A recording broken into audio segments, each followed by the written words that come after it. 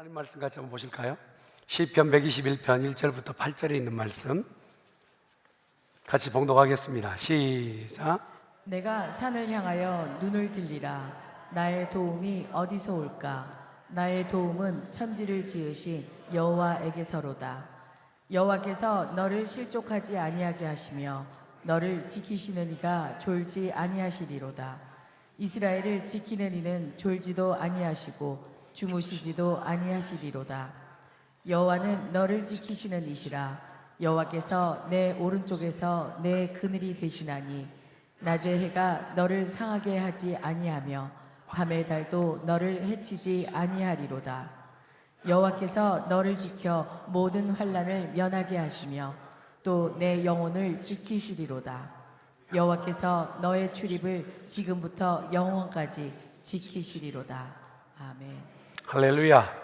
따르겠습니다. 복음으로 살리고 키우고 고치는 중앙교회.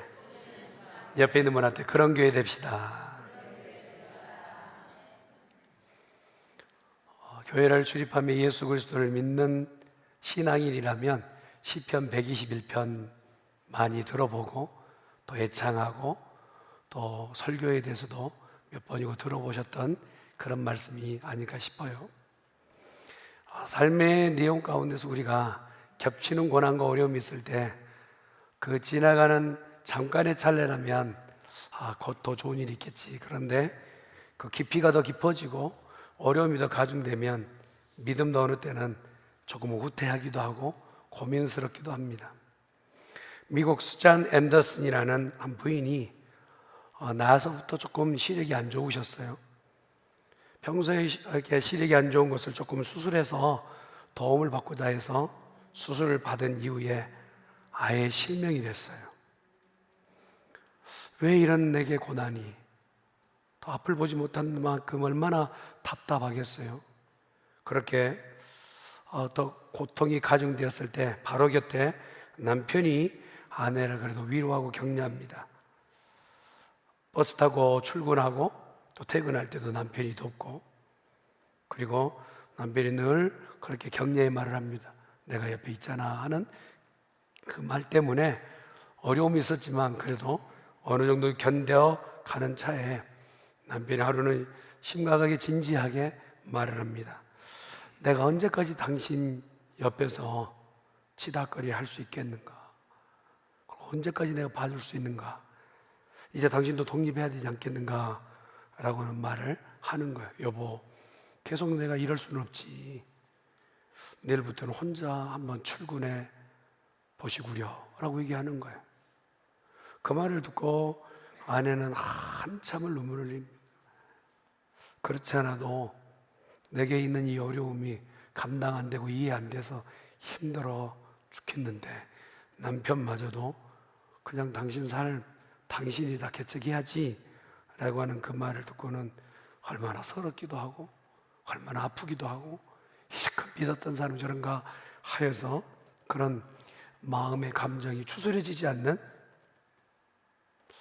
그렇게 말하고 이제 밤에 잘 뭐 이렇게 자고 아침에 일어나서 더듬더듬 어떻게 버스 타는 곳까지 가기는 갔는데 버스를 몇 번이가 놓치고 어떻게 타야 되는지 상황도 모르고 주저주저하고 버스에 올라는 탔는데 내려야 될 위치에서 내리지 못하고 그렇게 고생하고 하루를 너무 버겁고 힘겹게 지낸, 되돌아올 때는 더 입이 그냥 이만큼 나와서 불평하죠.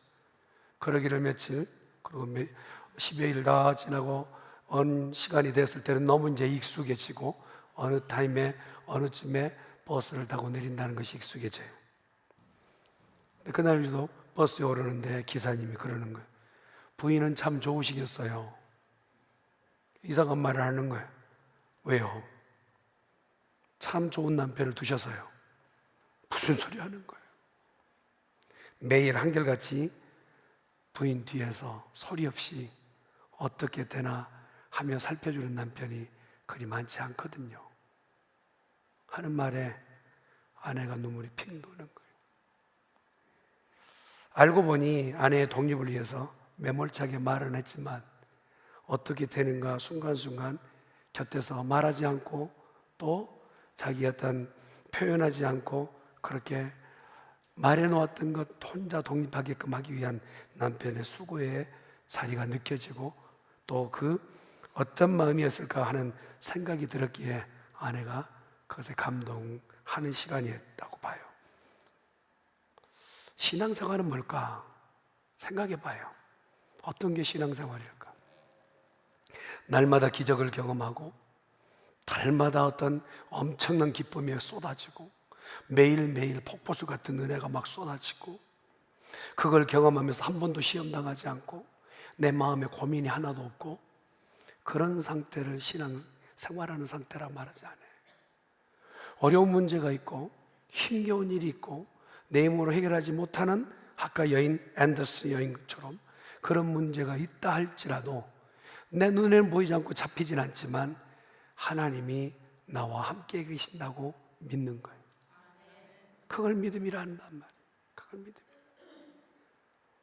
나 혼자 그냥 세상에 던져진 듯하고 아무도 내 곁에 없는 것 같고 어둡고 캄캄한 상황인 것 같고 해결하려 치면 더 깊은 웅덩이처럼 나를 끌어당기는 늪과 같은 인생, 어떻게 내가 이것을 빠져나가지 하는 서름이 북받치는 그 순간까지도 아무도 내 곁에 없어 라고 하는 그 매 초간까지도 하나님 나를 버리지 않으시고 나와 함께 하신다라고 믿는 그걸 신앙생활이라 한다는, 묵묵히 나를 지켜보아 주시고 나를 늘 안위하시고 보호하시는 그분이 나와 함께 하신다는 믿음, 이게 신앙생활이에요. 요한복음에 보면 잔치집이 잔치를 열었어요. 여러분, 잔치집에 음식이 떨어지면 얼마나 곤란합니까? 그렇잖아요. 오늘 우리가 이렇게 예배를 정말 은혜스럽게 드리고 탁 나가는데 오늘 정신 없습니다. 그러면 받았던 은혜가 절감되지 않겠어요? 감사합니다. 그렇더라도 은혜입니다. 근데 잔치집에 가장 음식 중에서 떨어지면 안 되는 당시에 팔레스타인 지역에서 포도주는 음료였거든. 그게 떨어졌단 말이에요. 인생은 결핍, 부족함으로 시작되죠. 우리가 태어날 때는 아무것도 없는 것이 우리의 인생의 본질이에요. 아무것도 없이 왔어요. 그런데 가는 동안 하나님께 채우신 거죠. 그런데 이 잔치집에도 한 가지가 없다, 우리가 알고 있잖아요. 그런데 없는 것이 문제가 될 즈음에 예수님이 그들과 함께 계신 것이 문제의 해결점이었다. 할렐루야. 없어서 문제였지만 계신 것 때문에 문제가 해결되지. 내 인생에 하나님이 나와 함께 하시고 나를 지키신다면 그 인생은 지금 잠깐 결핍인 것 같아 보이지만 복 있는 인생인 줄 믿습니다. 혼인집 준비하기 위해서 얼마나 신부 단장하기 위해서 부모는 있었으며 수고했겠어요. 그리고 얼마나 많은 사람을 초대하고 얼마나 많은 준비했겠어요. 그런데 하루아침에 이 잔치가 파장이 될 상황, 아무것도 안 되는 상황이 될 뻔했던 그곳에 주님은 그의 결핍을 덮으시고 채우시는 분이셨다. 인생에 멋지게 출발하게끔 인생의 준비를 해주려고 했던 부모의 마음, 그 사랑하는 심정, 첫 출발하고 있던 그 스타트 라인이 완전히 무산될 뻔했던 그에게 주님은 채우시는 역사 있게 하셨다. 시편 오늘 121편의 배경이 성전에 올라가는 노래, 히브리 원어는 그냥 올라가는 노래. 근데 왜 올라가느냐? 왜 그래야 되는가에 대한 질문도 던져보아요. 여러분, 삶의 기점에서 살던 이들이 다 흩어졌던 순례자들이 하나님이 정하신 시간에 함께 예배하겠다고 모이는 거예요. 먹고 사는 것도 진짜 버거워 죽겠는데, 하루하루 사는 것도 얼마나 바쁜데, 그리고 내가 지금 살아내야 될 그 양이 얼마나 많은데 함께 모여서 하나님을 노래하고 하나님을 높이자. 이게 어쩌면 소비적이고 쓰잘데가 없는 것 같아 보이는 그 시간 앞에 하나님 앞에 올라가려고 하니 먼 길 행로에 지쳐있고 또 산 이미 2000피트나 되는 높이에서 있는 성전에 올라가자니 다리가 지금 저리고 아프단 말. 그렇게 올라갈 때 그들 입에서 그냥 푸념처럼 툭 던지는 말이 있어요. 아니, 왜 우리가 이래야 되는가? 왜 이렇게만 해야 되나? 왜 굳이 그렇게 기억하여 하나님 앞에 모여서 이렇게 예배해야 되는가? 라는 질문인격처럼 오늘 121편 1절은 이렇게 질문이 던져집니다. 같이 한번 볼까요? 시작. 내가 산을 향하여 눈을 들리라. 나의 도움이 어디서 올까? 나의 도움은 천지를 지으신 여호와에게서로다.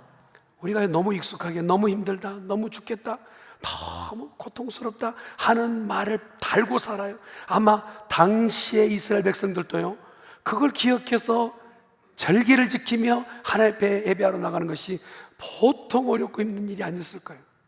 그런데 질문을 던져보는 거예요. 내가 올라가는 산을 향하여 고개를 들어보는데 이제 그 살아온 날이 누구의 도움이었을까? 이제 그 살아왔던 삶의 내용이 어떻게 여기까지 내가 살아왔지?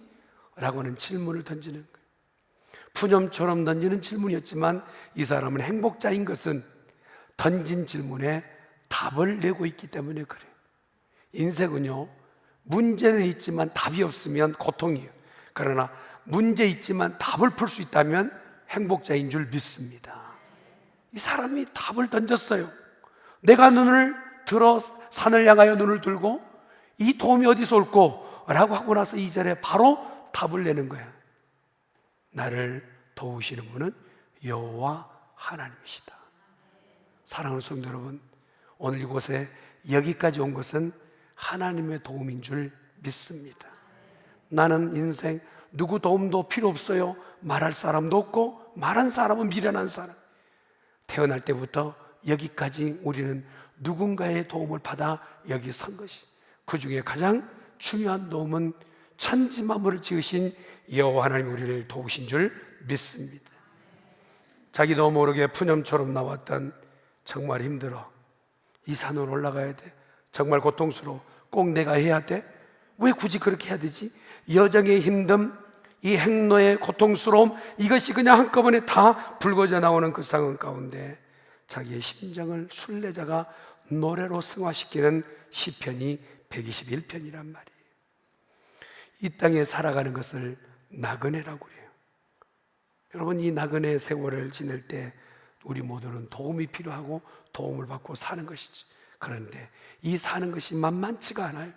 살아가는, 여러분 인생 이만큼 살아보시니까 어떠신가요? 만만치는 않아요. 단연간 우리가 습득되었다고 해서 내일이 쉽냐? 그것도 아니고, 내년을 내가 장담할 수 있느냐? 그것도 아닌 것이 오늘 우리 인생 아닌가 싶어요. 자녀를 키워 이만큼 키워놓으면 키운 다음에 또 결혼시킬 것이 걱정이고, 결혼하게 되면 여러분 고민과 걱정이 끝이 납니까? 그 다음에 연달아 오는 것은 살림 살아낼 것을 또 곁에서 위하여 기도하는 수고와 고통과 어려움이 끊이지 않는 것이 우리의 나그네 삶과 같다. 전 누가 나를 도와줬으면 좋겠어요. 나 혼자 이렇게 버겁게 가는 길에 조금이라도 힘을 더 보태줬으면 좋겠는데, 혼자 가는 것과만 같은 이 인생의 행로에 주님은 우리에게 은연히 말씀하셔요. 내가 너와 함께하고 있다. 할렐루야. 내가 너와 함께하고 있다. 느껴지든 그렇지 않든 이것은 진리요, 오늘 우리 하나님께서 자신 있게 말씀하신 내용이란, 바로 이런 질문 다음의 답이 성전에 올라가면서 여호와께서 나와 함께 하심이라 말씀해요. 여러분이 오늘 묻겠습니다. 나그네 인생길 참 어렵고 힘들고 어쩔 때는 포기하고 싶은 이런 인생, 내려놓고 싶은 그런 사정 가운데 여러분에게 도와줄 분이 계신가요? 주여, 어쩌자는 거예요 지금? 인생에 부려놓고 싶고 포기하고 싶고 나 더 이상 못해요, 난 더 이상 못해요 한 그때 나를 도와주실 분이 여러분 곁에 계십니까? 할렐루야. 그런 복이 있기를 간절히 축원합니다. 눈에는 보이지 않고 만져지진 않지만 그분이 분명히 계신다는. 근데 문제는 뭐냐?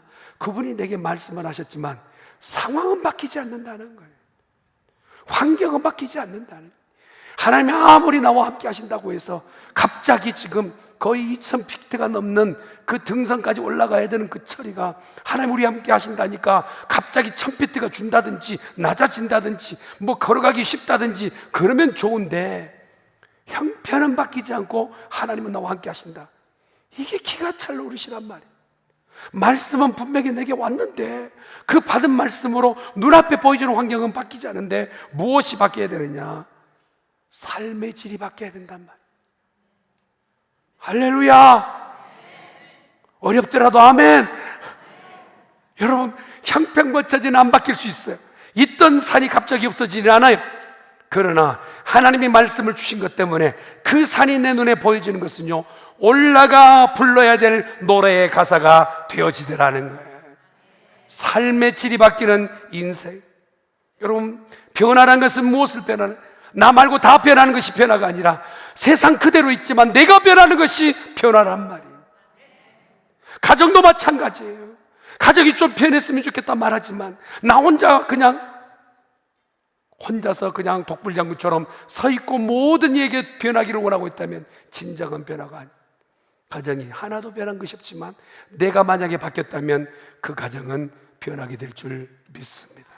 환경은 쉽게 변하지 않을 수 있어요.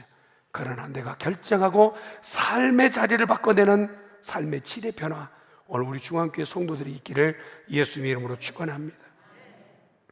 예수님을 마음에 영접하면 삶의 질의 변화가 있는데 첫 번째 변화는 뭐냐? 한번 따라합시다. 하나님께서 내 인생의 보호자가 되신다. 이러한 사람으로 바뀌어요.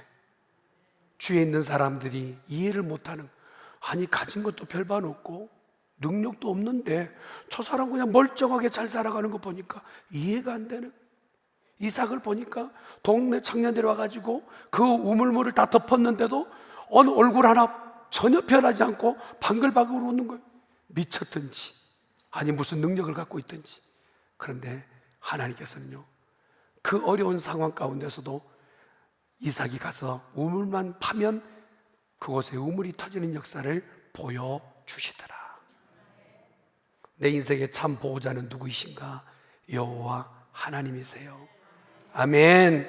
오늘 설교 이후에 우리가 되돌아갈 때 나를 지키시는 분은 하나님이라고 선언할 수 있기를 간절히 축원합니다.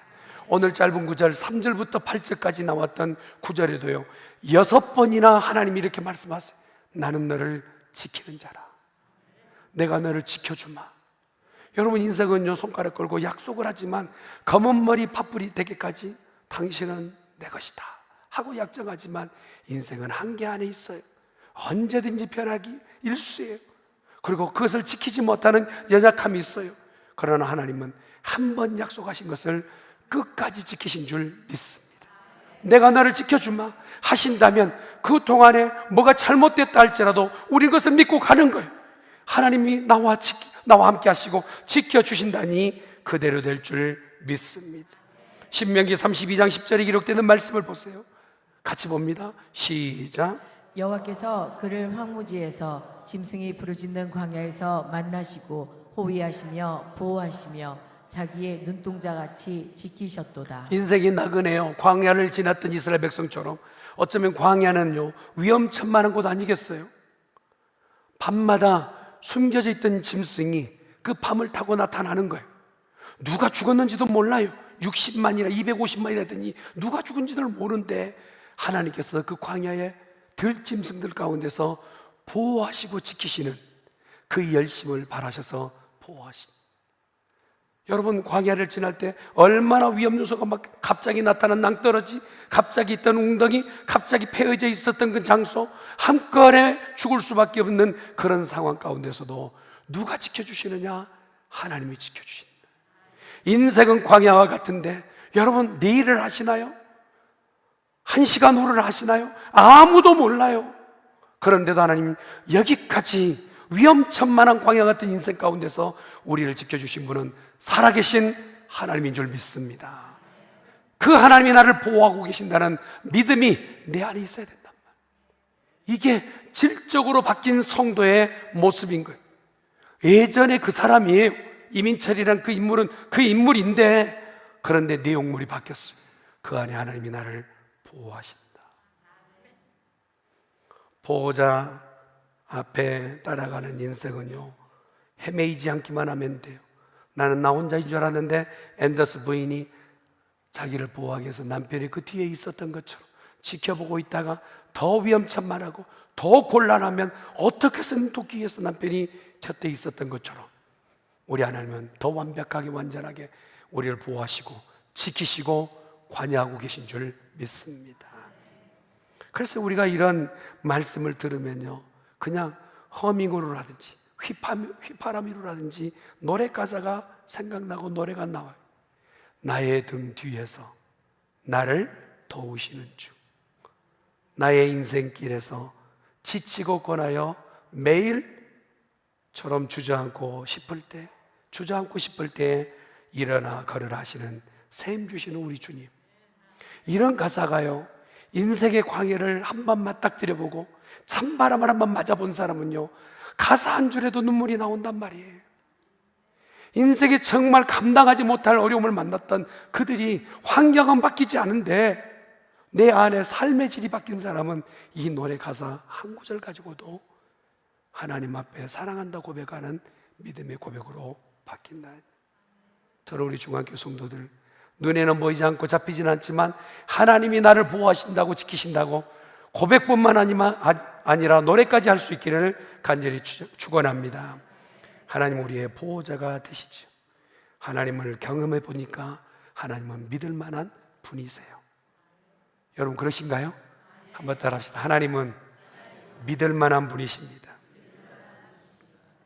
나그네 인생길 가는데 그 산을 바라보며 저기까지 내가 올라가야 돼, 꼭 그래야만 돼 하면서 푸념처럼 나왔던 노래가 오늘 그 가운데서 그것을 내려놓고 고백하는 인생의 변화의 모습을 보게 돼요.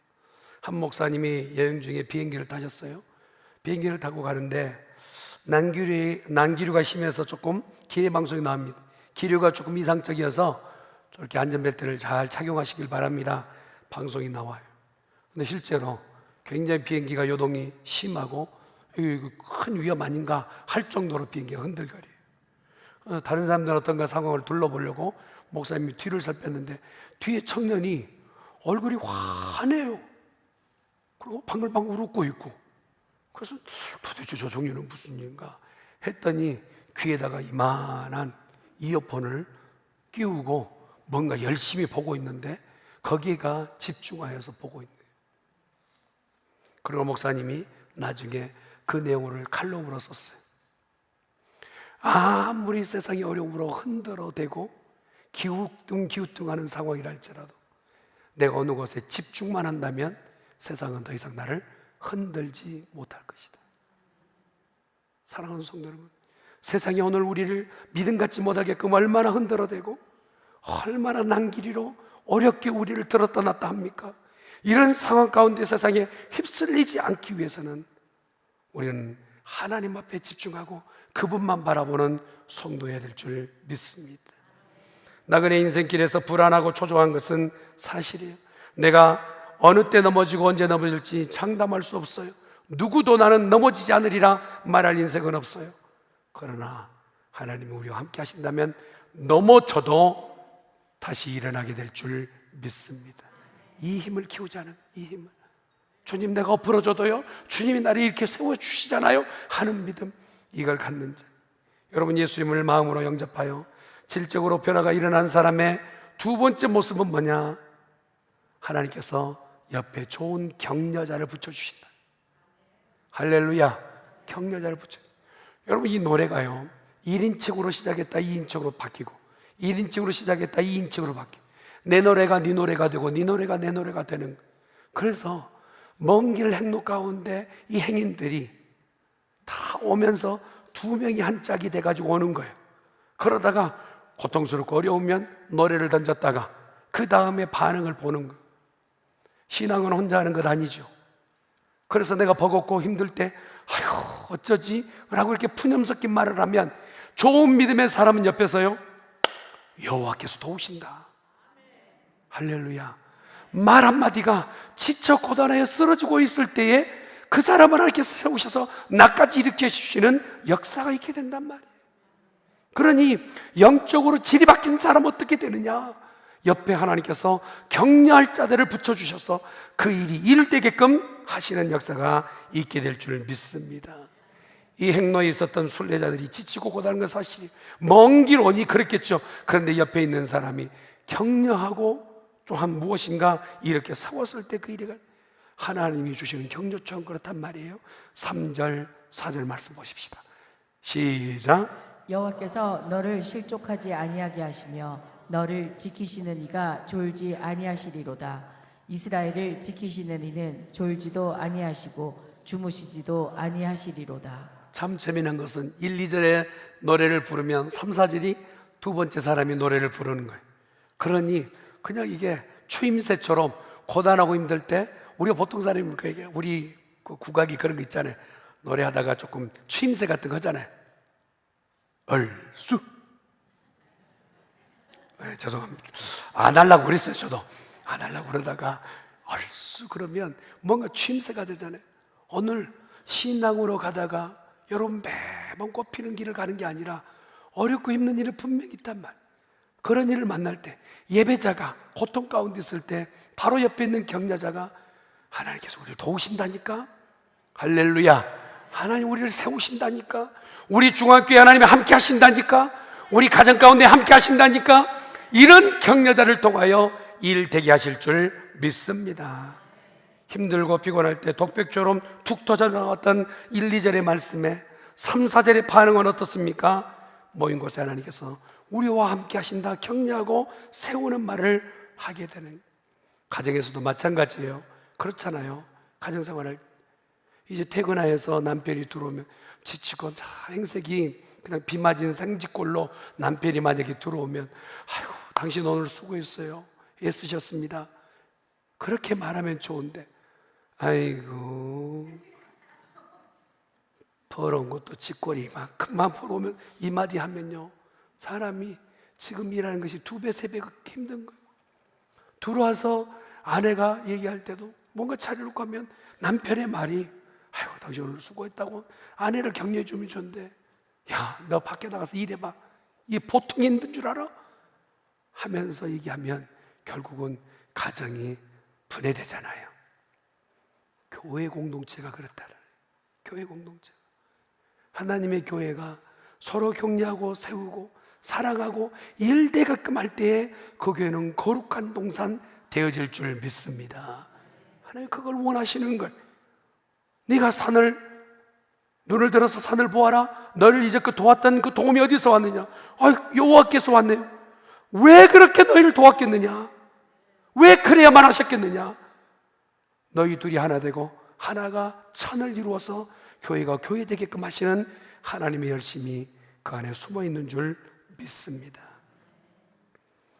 실컷 직장에 일하다가 되돌아온 그러한 남편에 대한 아내의 얘기가 남편에게 오히려 푸념과 어려움을 끼치는 미련함을 두는 것처럼 교회 안에서는 더 격려하고 위하는 거룩한 백성들의 모임이 되어질 줄 믿습니다. 그래서 한켠에서요 가정의 회복은 어디서 있느냐?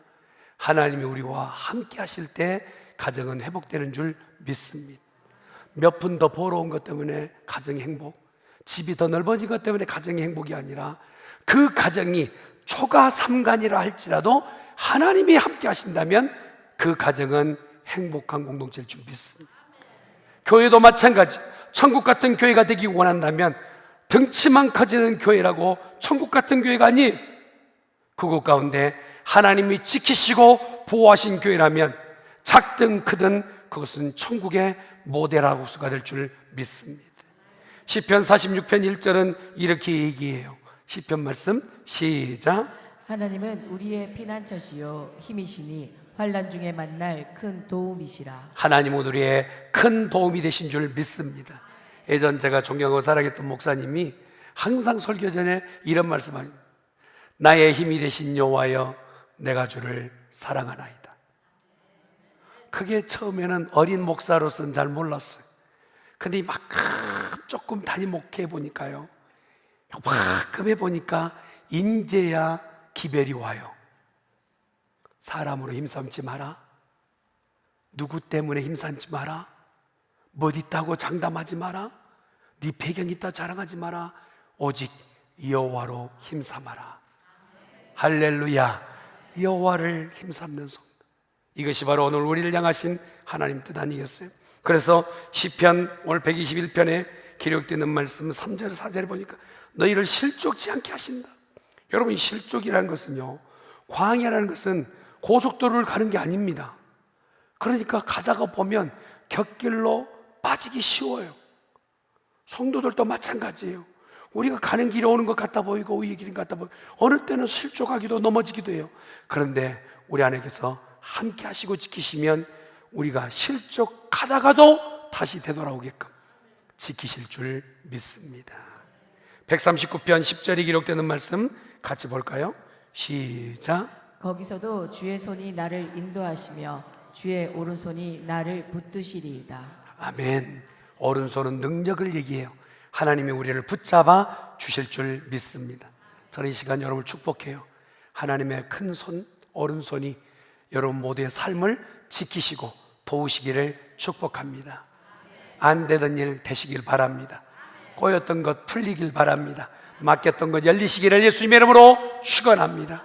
모든 질병은 이 시간 묶임받고 떠나갈 지어다. 할렐루야. 하나님의 치료하심. 시편의 48편 14절에 이런 말씀이 있어요. 같이 한번 볼까요? 시작. 이 하나님은 영원히 우리 하나님이시니 그가 우리를 죽을 때까지 인도하시리로다. 어느 때까지 인도하신다고요? 죽을 때까지. 인생 누구도요 서로 같이 지켜준다고 약속해도 못해요. 못하는 게 우리의 현실이에요. 그러나 하나님 오늘 우리에게 말씀하세요.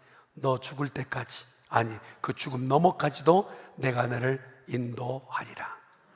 어떤 분은 그래요. 인도하니까 그 인도 사람 말입니까? 아닌 줄 아시죠? 우리를 인도해 주신다. 그러면서요 또 중요한 말씀이 나와요. 마태복음 28장 20절 말씀 보세요. 시작. 내가 너희에게 분부한 모든 것을 가르쳐 지키게 하라. 볼지어다 내가 세상 끝날까지 너희와 항상 함께 있으리라 하시니라. 네 죽음까지도 내가 함께 하겠지만 세상 끝날 때까지 너와 함께 하리라. 이런 말씀이 우리에게 생명처럼 삶의 내용을 바꿔내는 능력의 말씀 되길 간절히 축원합니다. 여러분, 그래서 이어지는 말씀을 보니까 시편 121편 5절 6절 말씀을 한번 보십시다. 시작. 여호와는 너를 지키시는 이시라. 여호와께서 내 오른쪽에서 내 그늘이 되시나니 낮의 해가 너를 상하게 하지 아니하며 밤의 달도 너를 해치지 아니하리로다. 하나님께서 이스라엘 백성을 인도하실 때 광야 지날 때요, 광야에 낮에는 무슨 기둥? 잘 말씀하셔야 돼요. 여러분, 팔레스타인 지역은 낮에는 굉장히 더워요. 무슨 기둥? 밤에는 무슨 기둥? 그래서 어떤 목사님이 잘못해가지고 바꿨대요. 그래서 이스라엘 백성 하나도 안 남게 됐대요. 여러분, 낮에는 구름 기둥, 밤에는 불 기둥. 눈에는 보이지 않는 것 같아 보이지만 추위를 피하게 하시고 더위를 이겨내게 하신 분은 하나님이신 줄 믿습니다. 여러분, 우리는요 우리 코의 호흡조차도 내 스스로 조절이 안 되는 사람, 내 심장의 모양이 어떻게 생겼는지 우리는 몰라요. 내 폐와 내 심장, 내 간 어떻게 지금 좀 잘 보이시나요?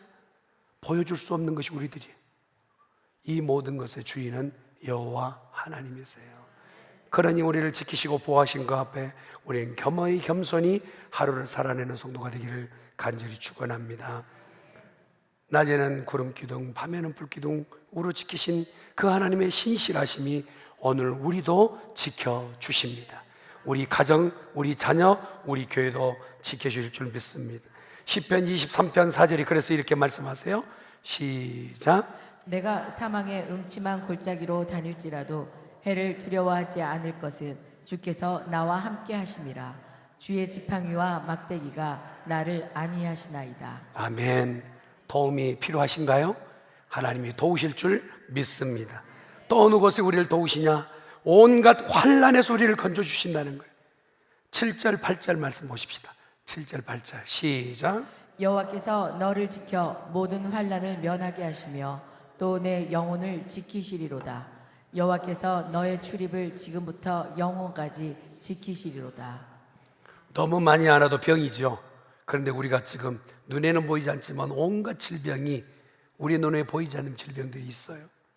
환란이 있어요. 가난이 있어요. 슬픔이 있어요. 이 모든 것에 거기에 아예 빠져들어서 죽음으로 가지 않게끔 지켜주신 분이 하나님이시라고 말씀하셨어요. 환란을 이겨내고 그것을 피하게끔 하신 하나님, 그분이 우리가 믿는 하나님인 줄 믿습니다. 거기다 한 가지 더, 하나님 우리의 공급을 지금부터 영원까지 공급하신 하나님. 이 정도라면 하나님은 우리가 믿을 만한 분인 줄 믿습니다. 제가 신앙생활 아까 얘기했어요. 눈에는 보이지 않지만 분명히 곁에 계신다라고 그렇게 경험하고 믿는 사람을 신앙생활하는 사람. 하나님은 눈에는 보이지 않지만 분명히 살아계시고 우리를 지켜주신다.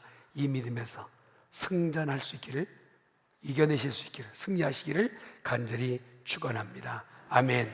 기도하십시다. 전능하신 여호와 하나님 아버지, 오늘 이곳에 있는 우리 모두는 도움이 필요한 사람들입니다. 무엇보다 하나님의 도움이 필요합니다. 주여, 오늘 보았던 말씀처럼 산을 향하여 눈을 들고 나의 도움이 어디서 올까? 인생의 모두가 그것이 질문이라면 오늘 답을 나는 너를 돕는 여호와다 말씀하시고 너를 실족치 않게 도와주리라 말씀하셨으니 감사합니다. 우리 이곳에 있는 모든 성도들을 지켜 주시옵소서, 인도하여 주시옵소서. 예수님의 이름으로 기도드리옵나이다. 아멘.